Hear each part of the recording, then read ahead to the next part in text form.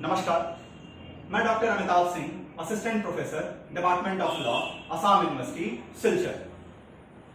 पिछले अपने लेक्चर में मैंने आपके सामने समन से रिलेटेड सारी चीजें, सारी इंफॉर्मेशन आपके सामने रखी। समन के मिल जाने के बाद सिविल प्रोसीजर कोड में अगला स्टेप होता है, डिफेंडेंट जिसके खिलाफ मुकदमा किया गया है वो समन के मिलने से 30 से 90 दिनों के भीतर अपनी ओर से एक डॉक्यूमेंट ला करके उस कोर्ट में, कंपिटेंट कोर्ट के सामने केस में जमा करता है, जिसे हम रिटन स्टेटमेंट कहते हैं। यह रिटन स्टेटमेंट ऑर्डर 8 में सीपीसी के बताया गया है।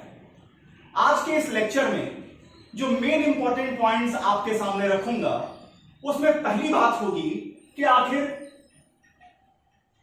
रिटन स्टेटमेंट के मेन पॉइंट्स क्या हैं, किन किन बातों का ध्यान रखा जाता है जब डिफेंडेंट रिटन स्टेटमेंट बनाता है। नंबर सेकंड, अगर डिफेंडेंट के साइड से कोई रिटन स्टेटमेंट ना जमा किया जाए तो कोर्ट आगे कैसे प्रोसेस करती हैं। क्या कोर्ट सीधे सीधे प्लांटिफ के स्टेटमेंट के ऊपर बेस करके डिग्री इशू कर देंगी, या प्लांटिफ से अपनी चीजें, जो भी स्टेटमेंट उन्होंने दिया है उसको प्रूव करने के लिए एविडेंस भी डिमांड कोर्ट कर सकती है। नंबर थर्ड, जो इस पूरे रिटन स्टेटमेंट ऑर्डर का सबसे इंपॉर्टेंट पोर्शन माना जाता है, जिसमें काफी कंफ्यूजन भी रहता है कि आखिर सेट ऑफ किसे कहते हैं और काउंटर क्लेम किसे कहते हैं। इन सारी बातों को लेकर ये लेक्चर समरी करेगा इस पूरे ऑर्डर नंबर 8 को। ऑर्डर 8 में जो रिटन स्टेटमेंट बताया गया, इस रिटन स्टेटमेंट को कोई डिफिनीशन नहीं दी गई है पूरे सीपीसी में। ये बिल्कुल नहीं स्पष्ट किया गया कि आखिर किस पेपर को हम रिटन स्टेटमेंट कहेंगे। इसका मतलब ये कि जिस तरह से हम प्लेंट को मानते हैं कि प्लांटिफ के साइड की प्लीडिंग है, उसी तरह से डिफेंडेंट जिसके खिलाफ मुकदमा किया गया है उसके ओर से जमा होने वाली प्लीडिंग को हम रिटन स्टेटमेंट कहते हैं।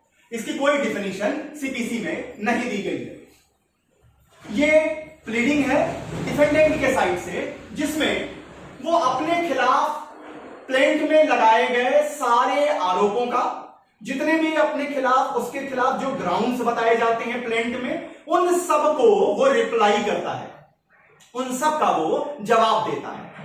जवाब देने के साथ साथ डिफेंडेंट ये भी कर सकते हैं कि अगर उनके साइड से कोई दावा है, उनकी ओर से कोई दावा प्लांटिफ के खिलाफ है, वाद लाने वाले के खिलाफ है, चाहे वो सेट ऑफ का हो या काउंटर क्लेम का हो, उसको भी अपने रिटन स्टेटमेंट में वो स्पष्ट करेंगे। यहां पर एक बात ध्यान देने लायक है कि अगर डिफेंडेंट ये कहना चाहते हैं कि प्लांटिफ का सूट लिमिटेशन से बार्ड है, अगर डिफेंडेंट ये बताना चाहते हैं कि प्लांटिफ ने जिस एग्रीमेंट के ऊपर बेस करके मुकदमा खड़ा किया है वो वॉइड है, वो एग्रीमेंट ही वॉइड है या वॉइडेबल है, तो वो क्यों वॉइड है, किन सर्कमस्टांसेस के कारण वो वॉइडेबल इसे समझ रहे हैं, इन बातों को भी उन्हें अपने रिटन स्टेटमेंट में स्पष्ट करना होगा। इसके अलावा भी वो और सारे ग्राउंड्स भी ले सकते हैं कि लिमिटेशन से बाहर है, नॉन मेंटेबल है, मुकदमा जो प्लांटिफ ने किया है ये मेंटेन होने लायक नहीं है, सेट ऑफ है, काउंटर क्लेम है। ये सारी चीजों का वो विस्तृत तरीके से अपनी बात रख सकते हैं रिटन स्टेटमेंट में। प्लांटिफ के प्लेंट में किए गए दावों का, प्लांटिफ के द्वारा प्लेंट में किए गए दावों का जो डिनायल किया जाएगा, जो डिनायल होगा रिटन स्टेटमेंट में, वो स्पेसिफिक होना चाहिए, वो जनरल डिनायल नहीं चलेगा। अब स्पेसिफिक डिनायल कहते किसे हैं, इसे आपके सामने दो उदाहरण लेकर स्पष्ट करता हूं। पहला उदाहरण मैंने लिया कि ए नाम के व्यक्ति ने बी के खिलाफ एक सूट फाइल किया। ए और बी के बीच में एक ट्रांजैक्शन हुआ जिसे हम टीपीए की भाषा में लीज कहते हैं, और ए ने इस लीज को टर्मिनेट करने के लिए वाद पत्र प्रस्तुत किया। उन्होंने आधार यह रखा कि 1 जनवरी 2020 को बी ने मेरे एजेंट, मतलब ए के एजेंट को 500 रुपए रिश्वत देने की कोशिश की। अब बी की ओर से जो रिटर्न स्टेटमेंट जमा किया गया, उसमें यह कहा गया कि पहली जनवरी 2020 को कोई भी 500 रुपए ब्राइब देने का प्रयास हमारी ओर से नहीं किया गया। इस डिनायल को हम जनरल डिनायल कहेंगे। यह डिनायल बिल्कुल न्यायोचित नहीं माना जाएगा कोर्ट ऑफ लॉ में। तो आखिर इसको कैसे डिनायल करना चाहिए कि यह स्पेसिफिक डिनायल की बाउंड्री में आए, उसके लिमिटेशन में आए। यहां पर बी को यह चाहिए था कि वो ये कहते कि हमने 1 जनवरी 2020 को या किसी और तारीख को ए के एजेंट को या ए से जुड़े किसी भी व्यक्ति को 500 रुपए या कोई भी राशि कभी भी ब्राइब के रूप में देने का कोई प्रयास नहीं किया है। इस तरह के डिनायल को हम स्पेसिफिक डिनायल कहते हैं। दूसरा उदाहरण, सी ने डी के खिलाफ वाद पत्र प्रस्तुत किया कंपिटेंट कोर्ट में। सी ने कहा कि डी मेरी दुकान में घुसे, उन्होंने मेरी दुकान का ताला तोड़ा, वो अंदर घुसे, वहां रखे गए डॉक्यूमेंट्स, वहां रखा हुआ कैश बॉक्स, ये सब कुछ वो अपने साथ ले गए। अब डी ने सिंपली तरीके से, बिल्कुल सिंपल प्रोसेस में इस पूरे क्लेम को, इस पूरे दावे को उन्होंने इनकार कर दिया। ये भी स्पेसिफिक डिनायल नहीं माना जाएगा। डी को यह चाहिए था कि वो ये स्पष्ट करते, स्पष्ट रूप से ये बात रखते अपनी कि मैं या मुझसे जुड़ा हुआ कोई भी व्यक्ति सी के शॉप में, हमने जिस तारीख को ये कह रहे हैं 1 जनवरी 2020 को या इससे पहले इसके बाद किसी भी तारीख को, ना हमने इनकी दुकान का ताला तोड़ा, ना हम इनकी दुकान में बलपूर्वक अंदर घुसे, ना ही हमने किसी भी प्रकार का डॉक्यूमेंट वहां से उठाया और ना ही हमने कैश बॉक्स छुआ। और जब हम अंदर गए ही नहीं तो कैश बॉक्स छूने की और बाकी डॉक्यूमेंट्स को लेने का बात ही नहीं उठती है। इस तरह के डिनायल को हम स्पेसिफिक डिनायल के रूप में मान्यता देंगे, रिटन स्टेटमेंट के रूप में ऐसा डिनायल किया जाना चाहिए। रिटन स्टेटमेंट में एक बात और डिफेंडेंट को ध्यान देनी होती है कि जिस तरह प्लेंट जमा करते समय प्लांटिफ के ऊपर यह रिस्पॉन्सिबिलिटी है कि वो उन सारे डॉक्यूमेंट्स की कॉपी जमा करे जिसके ऊपर उन्होंने अपने प्लेंट को बेस किया है, उसी तरह से डिफेंडेंट के ऊपर भी यह लायबिलिटी है कि जब वो रिटन स्टेटमेंट कोर्ट के सामने प्रस्तुत कर रहे हैं तो उन रिटन स्टेटमेंट जिन डॉक्यूमेंट्स के ऊपर बेस किया हुआ है उन सारे डॉक्यूमेंट्स की कॉपी डिफेंडेंट कोर्ट में सबमिट करे रिटन स्टेटमेंट के साथ। अगर डिफेंडेंट डॉक्यूमेंट्स की कॉपी सबमिट नहीं करता है तो मुकदमे के ट्रायल के दौरान डिफेंडेंट उन डॉक्यूमेंट्स का इस्तेमाल नहीं कर पाएगा जिन डॉक्यूमेंट्स की कॉपी उन्होंने सबमिट नहीं की है, जब तक कि कोर्ट उन्हें ऐसा करने के लिए परमिट न कर दे। इस कॉन्सेप्ट के दो एक्सेप्शन हैं। नंबर 1, उन डॉक्यूमेंट्स को डिफेंडेंट अपने पास रख सकते हैं जिनको वो उपयोग में लाना चाहते हैं प्लांटिफ का क्रॉस एग्जामिनेशन करने के लिए। और नंबर 2, उन डॉक्यूमेंट्स को वो अपने पास रख सकते हैं, उसकी जानकारी कोर्ट को देंगे और उसे अपने पास रख सकते हैं जिनको वो अपनी मेमोरी को फ्रेश करने के लिए इस्तेमाल करने वाले हैं। अब अगर मान लीजिए कि प्लांटिफ की ओर से प्लेंट फाइल कर दिया गया, सम्मन इशू हो गए, सम्मन डिफेंडेंट को मिल गए, 90 दिन का समय बीत गया, डिफेंडेंट के साइड से कोई भी रिटन स्टेटमेंट दाखिल नहीं हुआ, तो आखिर कोर्ट ऑफ लॉ क्या करेगी? क्या कोर्ट ऑफ लॉ प्लेंट में जो भी चीजें लिखकर रखी गई हैं, लिख के उनके सामने रखी गई हैं प्लांटिफ के द्वारा, उन बातों को अक्षरशः सही मानते हुए अपनी डिग्री इशू कर देंगी प्लांटिफ के फेवर में, या प्लांटिफ से ये डिमांड कर सकती है कोर्ट कि आप जो भी आपने स्टेटमेंट प्लेंट में लिखे हैं इनके फेवर में एविडेंस दीजिए, हमें ये जस्टिफाई कीजिए, हमें सेटिस्फाई कीजिए कि ये जो भी आप एवरमेंट अपने फेवर में दे रहे हैं वास्तव में ऐसा है। इस विवाद पर दो मुकदमे आपके सामने रखता हूं। पहला जो केस है वो है मोडुला इंडिया वर्सेस कामाख्या सिंह का। मोडुला India versus Kamakhya Singh 1988 Supreme Court. दूसरा मुकदमा 1999 में बलराज तनेजा वर्सेस सुनील मदान का है। इन दोनों ही मुकदमों में सुप्रीम कोर्ट ने ऑर्डर 8 की फुल एनालिसिस की है। सुप्रीम कोर्ट ने कहा कि ऑर्डर 8 रूल नंबर 1 एक टाइम पीरियड देता है 30 से 90 दिनों का समन के मिलने से डिफेंडेंट को कि डिफेंडेंट इस 30 से 90 दिन के भीतर अपना written statement court of law के सामने प्रस्तुत करे। रूल नंबर 5(2) जो इस बात को विवेचित करता है कि अगर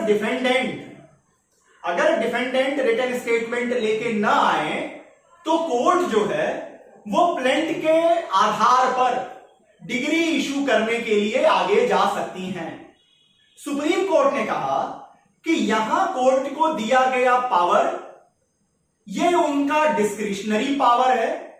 वो चाहे तो बिना प्लांटिफ के साइड से किसी एविडेंस को डिमांड किए वो प्लेंट पर बेस करके आगे बढ़ सकते हैं। लेकिन अगर आप इंडियन एविडेंस एक्ट के सेक्शन 101 से 104 को देखेंगे तो वहां एक बात और स्पष्ट की गई है कि कोई भी आदमी जो कोर्ट ऑफ लॉ के सामने आता है और कोई स्टेटमेंट देता है, रिटन में कोई बात कहता है, अपनी कोई बात रखता है कोर्ट ऑफ लॉ के सामने, उसको अपनी बात को खुद साबित करना होगा। तो यहां सुप्रीम कोर्ट ने कहा कि यह डिस्क्रिशन है कोर्ट का, लेकिन इस डिस्क्रिशन का इस्तेमाल, इसका प्रयोग जुडिशियल माइंडसेट के साथ किया जाना चाहिए। इसका मतलब यह कि ज्यादा बेहतर यही होगा कि कोर्ट ऑफ लॉ ऐसे सर्कमस्टांसेस में जहां पर कि डिफेंडेंट के साइड से कोई रिटन स्टेटमेंट नहीं आया, ब्लाइंडली बेस न करते हुए प्लेंट के ऊपर प्लांटिफ से डिमांड कर सकती हैं और उन्हें डिमांड करना चाहिए कि आपने जो भी इसमें एवरमेंट्स दी हैं, जो आपने ग्राउंड बताए हैं, उनके फेवर में आप एविडेंस से हमें सेटिस्फाई कीजिए और तब उन्हें डिग्री के लिए आगे बढ़ना चाहिए। जब हम ऑर्डर 8 को देखते हैं तो ऑर्डर 8 में दो बड़े इंपॉर्टेंट चीजें निकल के आती हैं। एक है जिसे हम सेट ऑफ कहते हैं और दूसरा काउंटर क्लेम कहा जाता है। सेट ऑफ किसे कहते हैं? अब इसको आप एक उदाहरण के जरिए समझिए। रमेश जी ने फारूक जी के खिलाफ एक मुकदमा फाइल किया। रमेश जी ने कहा कि मेरा 1 लाख रुपया फारूक जी के ऊपर निकलता है, वो पैसा हमें दिलाया जाए। ये सूट जो होगा वो रिकवरी ऑफ मनी सूट होगा, या पैसा आपको रिकवर करना है। अब फारूक जी का यह कहना है, फारूक जी ने अपने रिटर्न स्टेटमेंट में यह बात रखी कि पहली बात तो इनका 1 लाख रुपया निकलता नहीं है, क्योंकि रिटर्न स्टेटमेंट में वो डिनाई कर रहे हैं। दूसरी ओर वो कह रहे हैं कि इनका पैसा नहीं निकलता, बल्कि मेरा ही 30,000 रुपए रमेश जी के ऊपर बाकी बनता है। अब जब प्लांटिफ के किए गए क्लेम के अगेंस्ट में डिफेंडेंट अपना क्लेम लेके आएगा और इसका उद्देश्य क्या होगा? प्लांटिफ के किए गए दावे को कम करना, तो इस तरह के दावे को हम सेट ऑफ कहते हैं। यहां दोनों पार्टीज, रमेश जी और फारूक जी, दोनों ही एक दूसरे के लिए डेबिटर भी हैं और एक दूसरे के लिए क्रेडिटर भी हैं। 1 लाख रुपए के लिए रमेश जी क्रेडिटर हैं तो फारूक जी डेबिटर हैं। 30,000 रुपए के लिए फारूक जी डेबिटर हैं तो रमेश जी यहां पर डेबिटर के रूप में हैं और 30,000 के लिए फारूक जी क्रेडिटर हैं। अब यहां सेट ऑफ को अगर हम देखें तो इस तरह के सेट ऑफ को हम लीगल सेट ऑफ कहते हैं और ये ऑर्डर 8 के रूल 6 में आता है। इसकी कुछ शर्तें हैं। पहला, ये उन्हीं केस में अवेलेबल होगा जो रिकवरी ऑफ मनी के लिए सूट होगा। यहां डिफेंडेंट जो दावा कर रहा है, जितने पैसों का ये सेट ऑफ डिमांड कर रहा है, ये कोर्ट के पेक्यूनरी जुरिडिक्शन के अंदर होना चाहिए। मतलब अगर मुकदमा जिस कोर्ट में फाइल किया गया है वो 1 लाख रुपए तक का मुकदमा सुन सकते हैं, तो डिफेंडेंट का किया हुआ सेट ऑफ का क्लेम 1 लाख रुपए के अंदर होना चाहिए। नंबर 3, डिफेंडेंट जो ये सेट ऑफ डिमांड कर रहा है ये अमाउंट लीगली रिकवरेबल होना चाहिए। इसके बाद यहां पर डिफेंडेंट या अगर एक से ज्यादा डिफेंडेंट हैं तो सबके फेवर में यह पैसा ड्यू बनना चाहिए, और यह पैसा प्लांटिफ या एक से ज्यादा अगर प्लांटिफ्स हैं तो सारे प्लांटिफ से के खिलाफ में बनना चाहिए। स्टेटस, इसका कहने का मतलब दोनों लोगों का जो स्टेटस है वो एक होना चाहिए। प्लेंट में जो स्टेटस है वही यहां सेट ऑफ करते समय भी स्टेटस वही निकल के आना चाहिए।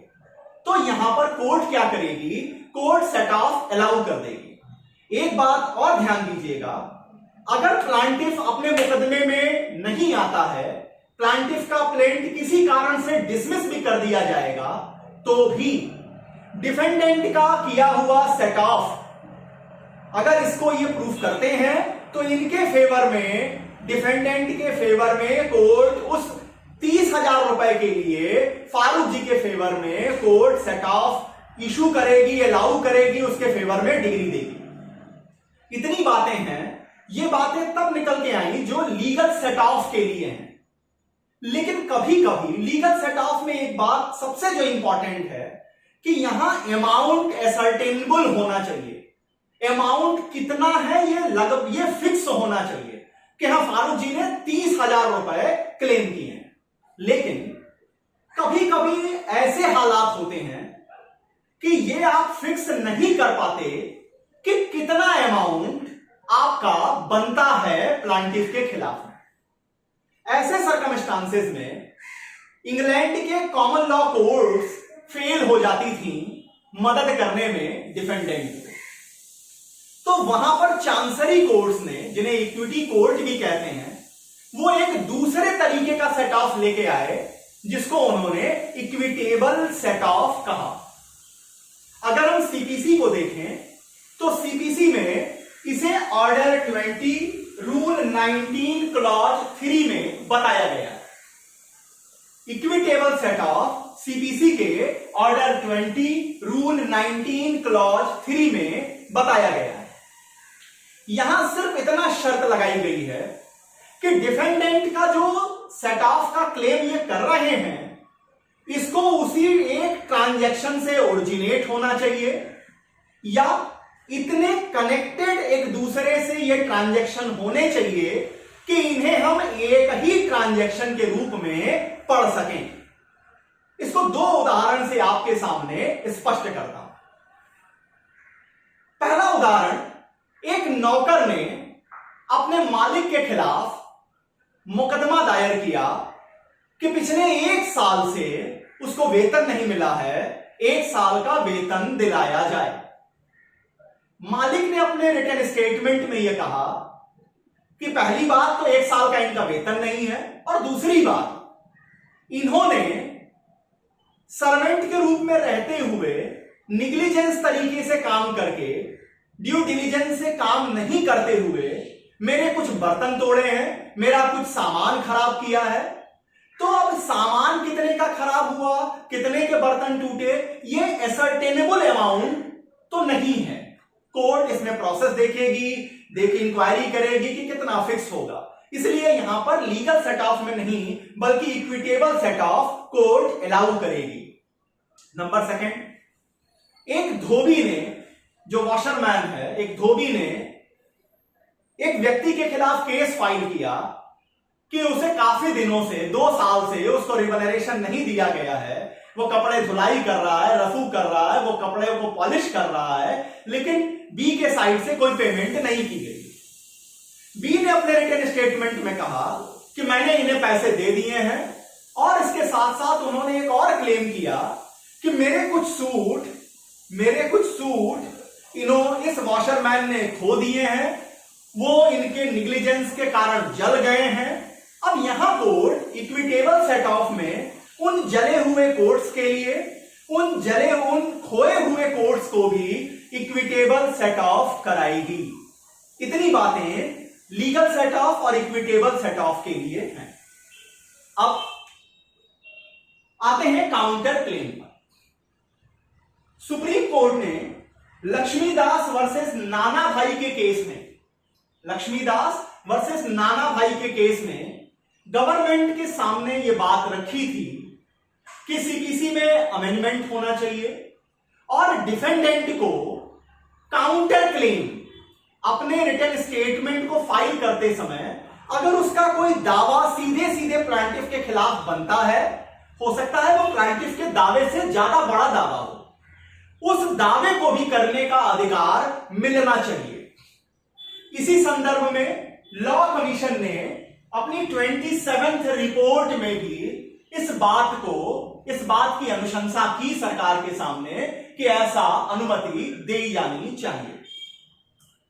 गवर्नमेंट ने 1976 में सीपीसी में अमेंडमेंट किया और सीपीसी में अमेंडमेंट करके ऑर्डर 8 में रूल 6A से लेकर 6G से 6G के प्रोविजन काउंटर क्लेम के लिए बनाए। क्या है? यह कहता है कि यहां डिफेंडेंट रिटन स्टेटमेंट फाइल करते समय उसी ट्रांजैक्शन से ओरिजिनेट होने वाले अपने किसी भी क्लेम को सेम प्लांटिफ या प्लांटिफ्स के खिलाफ अपने रिटन स्टेटमेंट में उठा सकते हैं।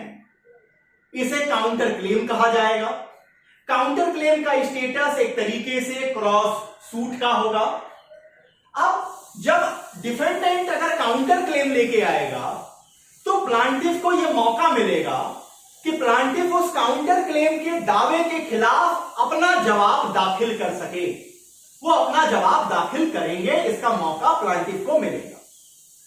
अब यहां मान लीजिए कि अगर प्लांटिफ का किया गया दावा, दाखिल किया हुआ प्लेंट किसी कारण से डिसमिस हो जाता है, किसी कारण से उसमें रेमेडी उनको नहीं मिल पाती है, कोई ग्राउंड उनके फेवर में वो नहीं साबित कर पाते हैं, उस हालत में भी डिफेंडेंट के किए गए काउंटर क्लेम को अगर डिफेंडेंट ने साबित कर दिया तो कोर्ट उस काउंटर क्लेम के एवज में डिग्री इशू करेगी, उस काउंटर क्लेम के संदर्भ में भी निर्णय सुनाएगी। ऐसा नहीं कह सकते कि प्लेंट ही जब निरस्त हो गया तो रिटन स्टेटमेंट अपने आप हम औचित्यहीन मान लें, ऐसा नहीं होगा। इसका मतलब कि प्लेंटिफ का दावा भले ना साबित हो, अगर डिफेंडेंट ने अपना दावा साबित कर दिया तो उस काउंटर क्लेम के लिए कोर्ट निर्णय सुनाएगी, डिग्री इशू करेगी।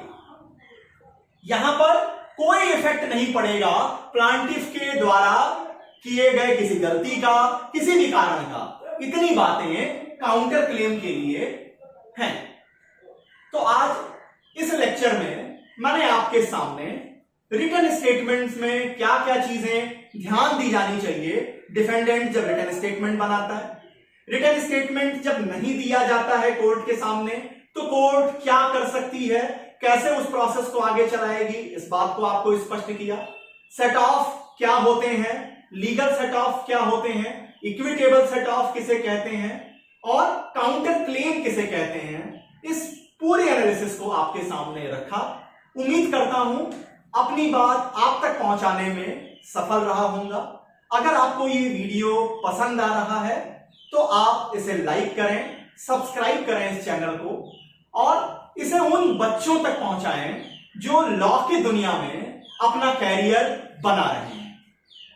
अगला लेक्चर एक्स पार्टी डिग्री को लेकर के होगा और एक्स पार्टी डिग्री इशू हो जाने के केस में जिस पार्टी के खिलाफ एक्स पार्टी डिग्री हुई है, एक्स पार्टी डिग्री कहने का मतलब जब डिफेंडेंट कोर्ट में नहीं आएगा तो प्लांटिफ के फेवर में court x party degree issue करती है। तो एक्स पार्टी डिग्री कहते किसे हैं और एक्स पार्टी डिग्री इशू होने के केस में डिफेंडेंट को क्या क्या रेमेडी अवेलेबल होगी, इसको सेंट्रलाइज करके अगला लेक्चर आपके सामने लेकर आऊंगा। तब तक के लिए बहुत बहुत धन्यवाद। नमस्कार।